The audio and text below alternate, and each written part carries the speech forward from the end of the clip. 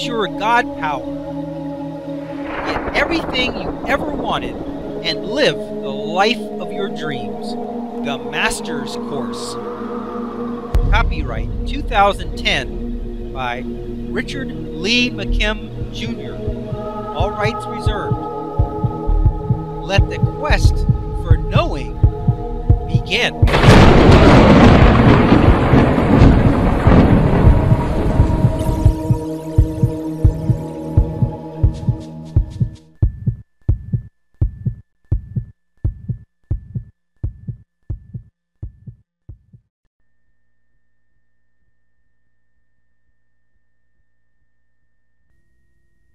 This explanation is continued from the prior segment. For best results, watch the prior segment, number 18, first. So the world, you have to realize the world really is yours. You will see who you think you will see. Things that you think exist will exist. Things that you don't think exist don't exist. You really are tailoring your entire world.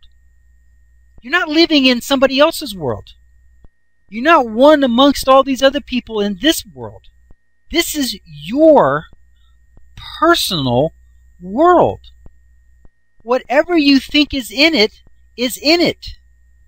And it looks however you think it looks. If you think what's in it is an animal cracker, and that's how it is to you, then it's there and it's an animal cracker. If you think it's a Japanese beetle, then to you it is. Do you realize that you can only experience your world and that it really is only your world? That you have domain over every single thing in your world? Everything. Nobody has power in your world because you can make them disappear. Will they be gone from existence? No. They just won't be in your reality. Or you can make things up here. How about money? How about opportunities? How about wealth? Anything you want to up here in your reality, you can make it happen.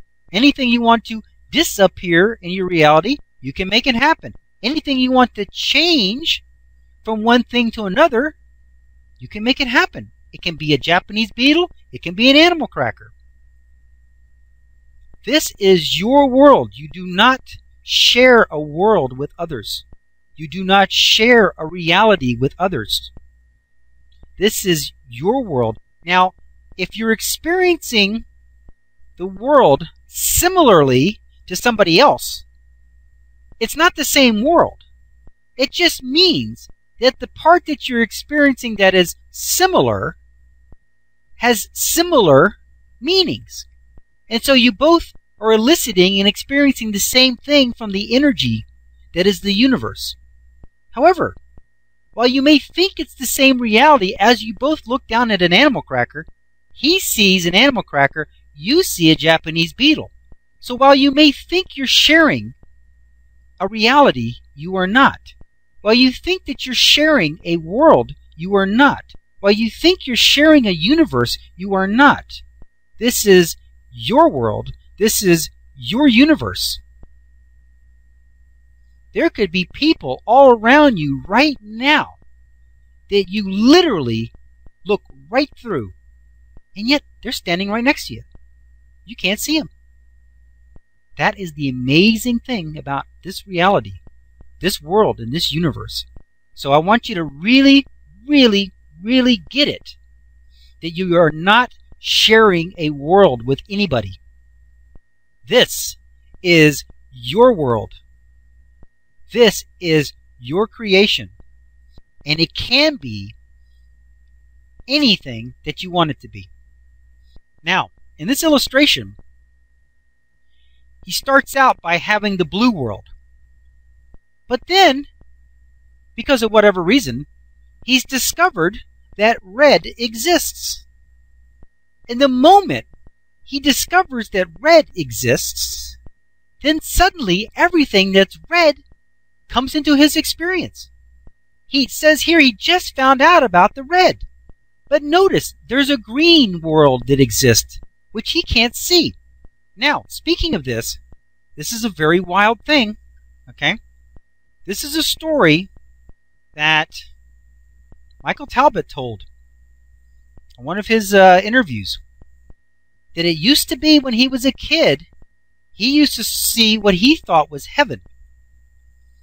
And he said, "What is that I'm looking out at the sky?" He said to his mom. And they say, "Oh," he said, "Can you see heaven?" She said, "Oh, yeah, sure you can." Because he said he was seeing 2 moons and a beautiful sky and 2 moons. And then one day, he was asking somebody about it, because he would always come out and look up and see the sky with these moons up there in the sky and all that. And then they said, "You can't see heaven." He says, "You can't?" He said, "No, you can't see heaven." So from that day forward, he could no longer see it. But I imagine there's people that can see planets and things out there that we can't see. Because, they say that they've been able to prove mathematically there's what they call dark matter. And that the dark matter, and the only reason they call it dark matter, what they really mean is invisible matter. They mean dark matter because light doesn't reflect off of it. It can't be seen with light. They say that the space is not empty. It is full of matter that can't be seen. In fact, the matter that's in the empty space is more substantial and more significant than the matter we can see. In the same way as there was Tom's daughter right in front of him, which could be considered a mass of matter, which couldn't be seen by him but still existed in other people's realities. There is things that exist out there that are just not in your world. But they are in somebody's reality.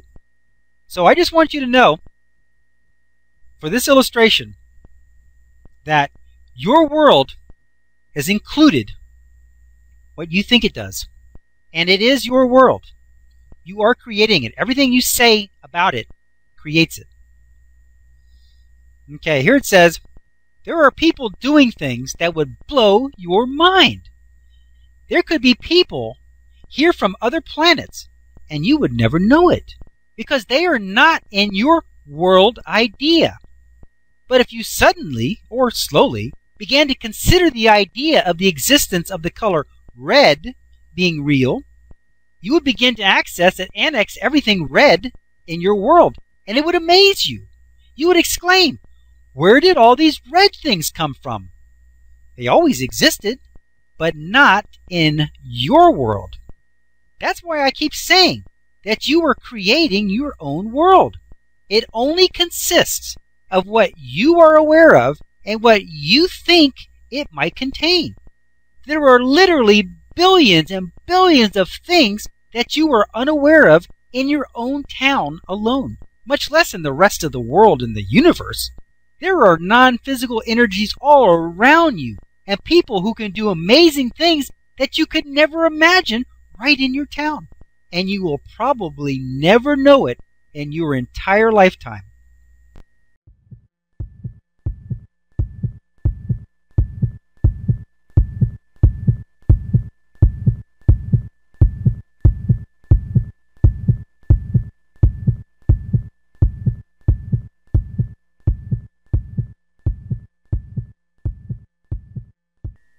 To continue, go to How to Use Your God Power, chapter number 12, segment number 20. Let your quest for knowing continue.